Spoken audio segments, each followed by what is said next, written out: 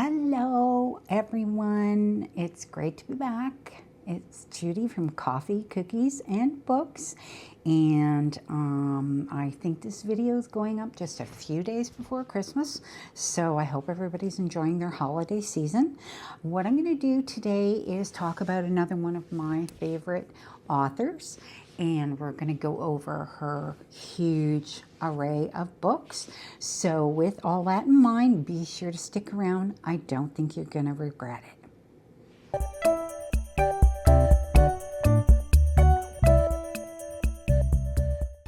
Hi everybody, Judy again.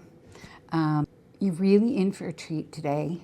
Now, my first featured author was a romance author.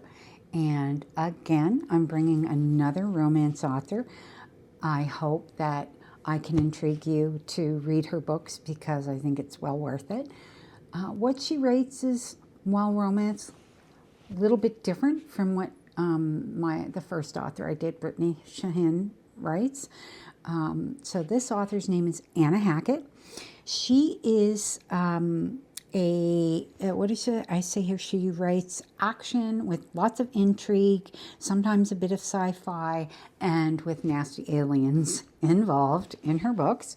She's been a huge inspiration to me in my writing, especially her sci-fi romances. She has written, according to the list I pulled off her website, it was 115 books. Now, there are definitely a few that are not on this list yet, and that would be a couple of series where she's added a few more books.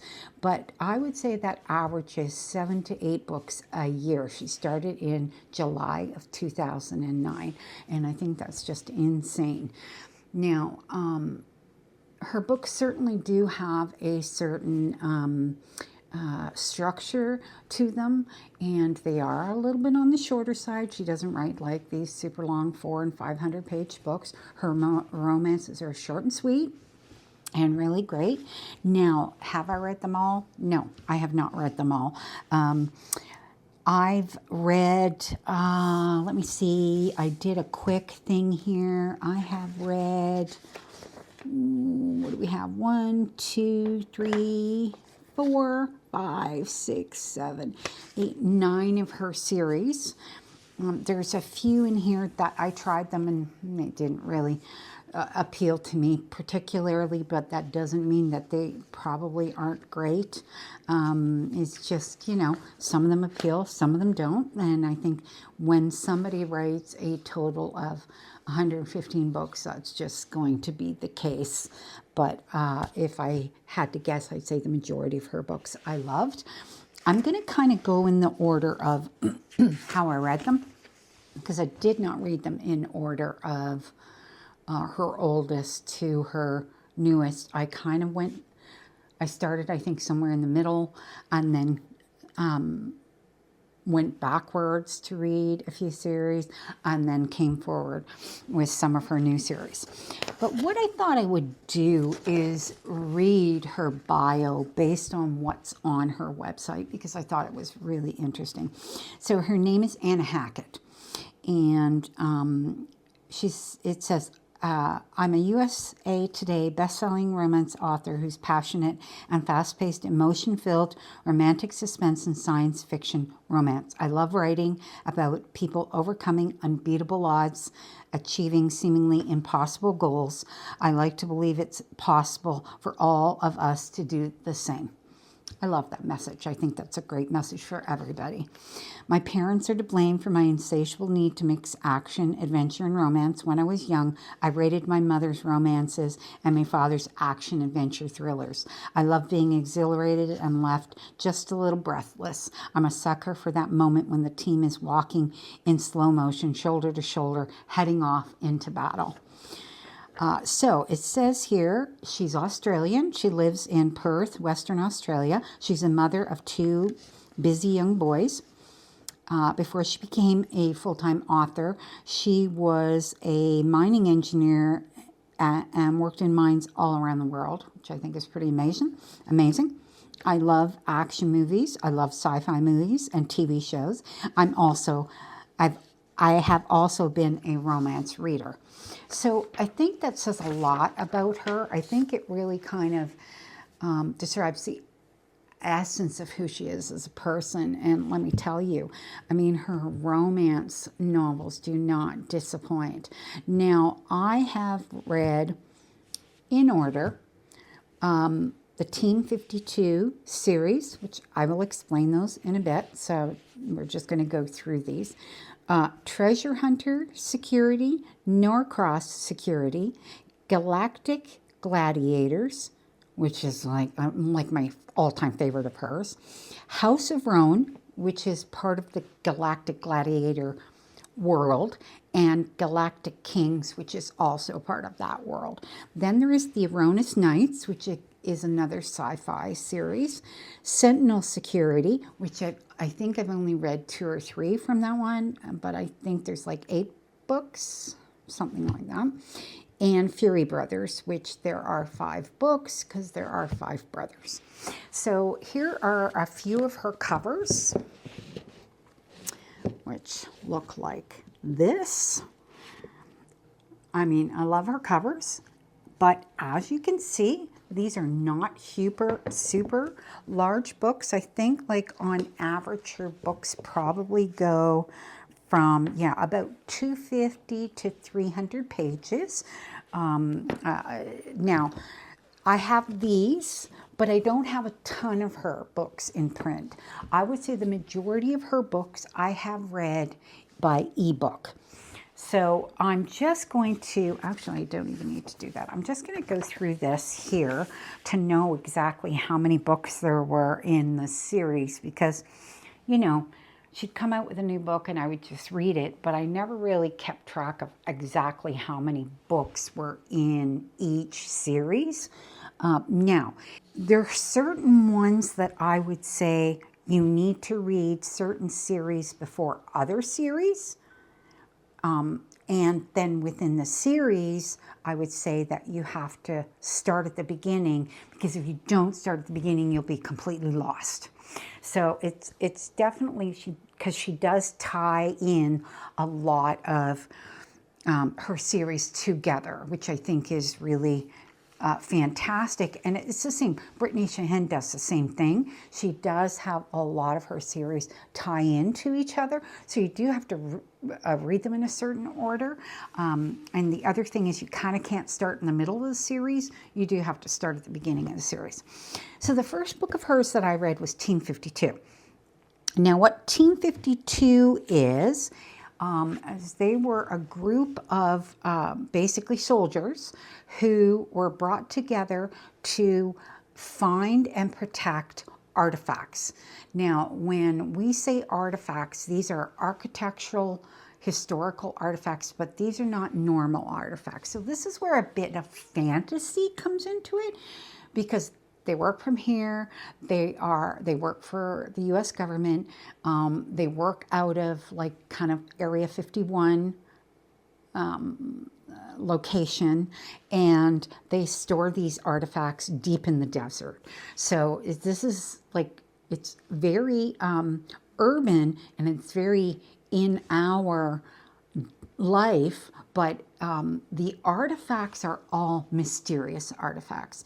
So they have powers, and they have things that they will do to people, and they can be definitely misused. So this is why these people find them and protect them. And of course, along the way, there's a lot of adventure. So in this particular series, Team 52, there were 8 books. So it's a situation where it's a man and a woman, of course, you know, and they come together, but it doesn't necessarily mean that the woman's weak or anything like that. I actually like the fact that, you know, in a lot of cases, she would definitely be a bit of a badass. Particularly, there's a couple women that are on the team that are pretty rough and tumble, particularly one that I can think of. And so it's kind of just the adventures, but one kind of layers on top of the other. And then there's kind of an underlying theme and plot that goes through, because there is like sort of that one bad guy, so to speak. Okay, so I mean, I would say that it would be a fantastic read for anybody who really likes kind of a little bit of mix of fantasy sci-fi with real urban storyline. And I mean, I'm fascinated by her ability to layer these characters in such a way that you want to follow them through the entire series, because you get to know them, because obviously they're in every book. It just, I find that so crazy, but I also find her ability to build the plot in a very short time. You know, like you read these fantasy novels that are 800 pages, and I'm not knocking that, because there's a lot that goes on in that 800 pages, but it took them 800 pages to get there. And in Anna's case, it's like, okay, maybe it took her 8 books to get to the end, but there's a lot that happens in between. So I honestly can't recommend it enough. Now, from Team 52, I went on to a series called Treasure Hunter Security. A little bit different, but kind of the same. So Treasure Hunter Security was started by 2 Navy SEALs, and they have, there's the 2 brothers and a sister who is kind of their tech genius. And then there are a couple of other members of the group. But what they do is they actually protect archaeological digs and digs for historical things. So their series butts up against Team 52, and Team 52 sometimes gets involved in what's going on with Treasure Hunter Society. Now, Treasure Hunter Society is the same thing. It's 8 books, so there's 8 members. There's police involved. I mean, it's just kind of like, again, another intricate story. Now, they don't, like in Team 52, the artifacts are a real danger. In Treasure Hunter Society, it's the look for them. But then what ends up happening is, if it's a really crazy artifact, Team 52 takes it away, like they take it because they're protecting it. So there's a little bit of crossover that way, and I thought that was really cool. So you've got a lot of similar type of characters, but just obviously what they do is a little bit different. And then that leads to Norcross Security. And Norcross Security shows up a little bit in Treasure Hunter Security, okay, as assistants. They would come in and they would help in certain situations, and you would get to know the characters a little bit from Norcross. But what I liked about when Norcross started, so Norcross is actually 1, 2, 3, 4, 9. It's actually 10 books, because she just came out with a novella at the that I think just came out this year. So it's actually 10 books that are in that series, but 9 books is the initial. And what they do, so they're more of a protection company. So with Norcross Security, what you have is you have some of them, the brothers and some of the people involved actually run museums and places where they obviously have artifacts there, and they have showings and they have paintings and all that sort of thing. But it's kind of a little bit mixed into the first 2, but not as heavily. It's more of a heavily protection type thing. Again, you know, the Norcross is, I believe, 3 brothers, 1 sister, I think is what it is. And they have like an Italian background, so that comes in a little bit there too. And just honestly, again, how she has tied all of this together just completely fascinates me. And then that kind of moves on to, you get a little bit built into it. So one of her other ones is called The Billionaire Heists. I have not read the series, but it's 3 series. And I do know that they do show up in Sentinel Security and the Fury Brothers. So those are kind of tied into that as well. And I've read a few of the Sentinel Security, which is a very much like Norcross. But the Fury Brothers is completely different. I think I might have talked about that before, because I think in my the first book haul I ever did, I had 2 of the final books in the Fury Brothers series, because there are 5 books in total.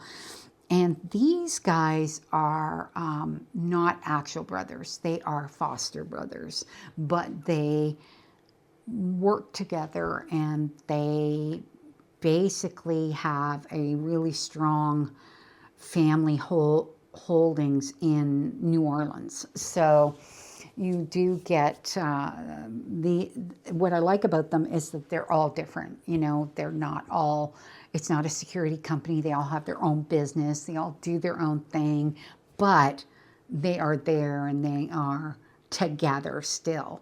So it's a bit of a different approach, but I do really like it. Now, from there, I moved on to one of her older series, which is the one that really has stuck with me the most. And it's called Galactic Gladiators. Now, how this series came about was, we had a space station. I can't remember where it was like, say, out towards Mars, somewhere like that. And there was a crew working on the space station, and the space station was attacked, and everybody was taken prisoners on different ships. So this starts with one of the women who was the head of security on the space station, and she ends up on this planet called Cathargo, I think it's called, where of course, she's being sold off as a slave. And she gets bought by this group of men. And, you know, she's down in a cell. And quickly she realizes that she's been saved, basically. And she has been purchased by a gladiator house. So it's very much got sort of that Roman gladiator idea behind it. There are what they call houses, and in each house they fight. It's not to the death, but you know, maybe not. There are monsters, there are aliens, and they all fight in the gladiator ring. And this one house that she's been saved by is a group of aliens, but they are men. So it's kind of an unusual thing, because there is some question about why they look like us, right? But because she was the head of security, she can fight. I mean, she's really good at it. So she ends up out in the ring fighting with them. And of course, falls in love with one of the fighters, and the story goes on from there. Now, I can't remember, where is it here? It's a pretty long series. I think there's 12 books. Yeah, there's 12 books in the initial Galactic Gladiator series. And what each book is they rescue another. So I think it's Haley is the first woman that they rescue, and she is determined that they're going to find the rest of the women or the rest of the people. So it's not just female. I think one of the guys that gets rescued is he was also part of her security team, and he gets rescued. So, but she wants them to find the other humans. And this gladiator house that she's become part of says to her, yeah, okay, we're going to help you do this. So that's what those 12 books are, okay? Now,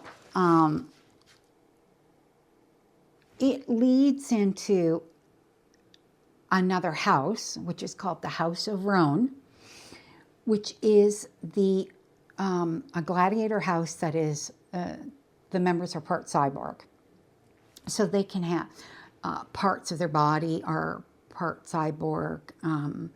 It's just, they cannot compete, but they train with the rest of them. And what happens is the members of that house, they get into where they find out that not only did the space station get invaded, but so did a ship that was on its way to the space station.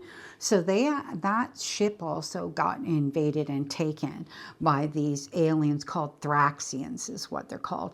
And they're like the dregs of the earth, so to speak. They're like the worst possible aliens you could find.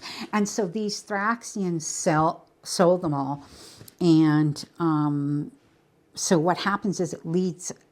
Galactic Gladiators leads into House of Roan, and they keep finding people and rescuing them, basically. And then it leads into the Galactic Kings, and the Galactic Kings is another part of the same area of space, and essentially these women have gone, another team, they've I think, discovered a wormhole, and they've sent through a small team through the wormhole, and they get caught on this planet, Galactic Kings. But these kings actually know about these other humans that have been rescued. So while they're on these weird planets, and it's 4 different planets, 4 different brothers, and each one is the head of the planet,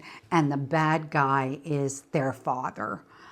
And it's crazy how these 4 come together and how they manage to make contact with the other humans that are part of it. I can't remember if they managed to make contact back with Earth, because I think there was some attempt to make contact through the wormhole,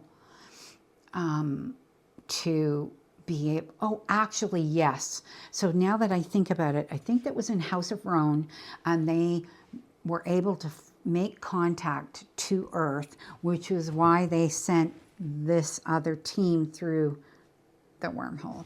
So it just like, wow, crazy, right? Yeah. So it was just a really, really great series. Like all of her, she has a few others. There's the Eon Warrior series, which is, again, another series out in space. There's Hell Squad. Now, Hell Squad is, and then I did read the first couple on that one, and that is Earth has been invaded. So it's dealing with what's happening on our planet. And it is certainly sci-fi, but from a different point of view.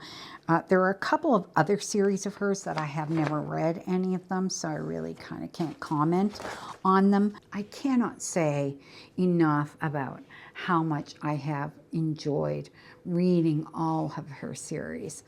And as I mentioned, it's just such a huge inspiration to me.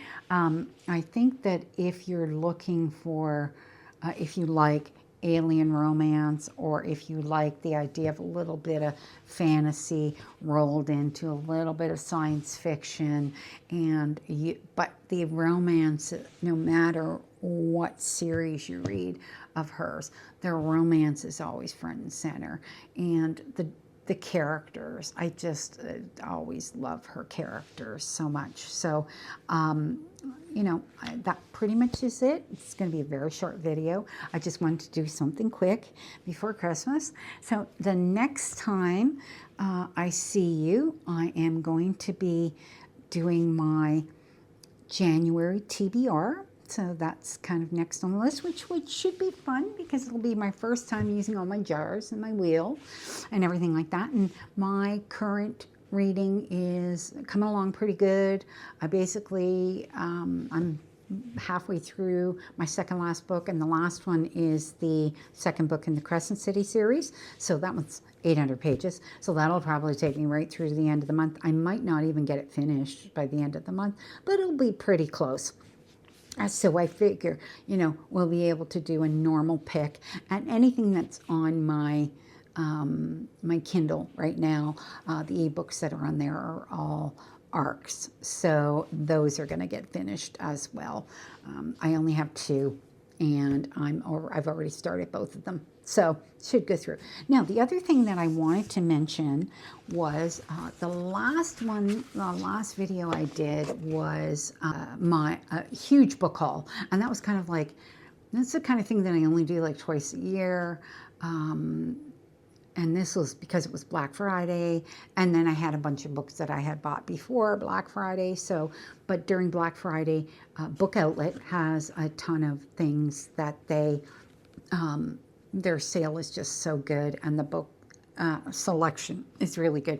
So it's like the twice a year thing that I like to do. I do buy books in between, but you know, it might be like maybe 10 to 20 books I'll accumulate in a couple of months, which is completely different.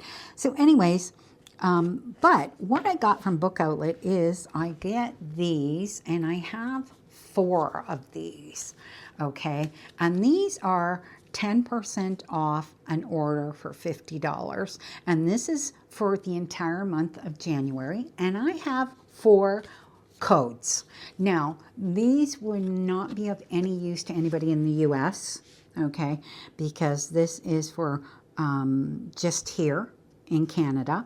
But I would say that if you're interested and you would like to have one of these codes because you think you might want to order 10% off, just message me below and I will give you my email, and then you can email me and I will send you one of the codes, okay? So I have 4, all right? So the first 4 people that message me below will get this. We'll get those codes, okay? And I guess that's it. Nothing really more. We're done. And I hope everybody has an absolutely wonderful Christmas. And I guess I will see you maybe towards the beginning of the year with the TBR. And if you could, I would so much appreciate it if you could like and subscribe. It really does do a lot to help me build the channel, which I'm really trying to do. This is only my 12th video, but that means that I've been at it for 3 months, which makes me very happy. And as continuing into 2025, I'm going to try to bring you a video every week, every Monday. Fingers crossed that we can do it. All right, and with that in mind, I hope you have a wonderful holiday season.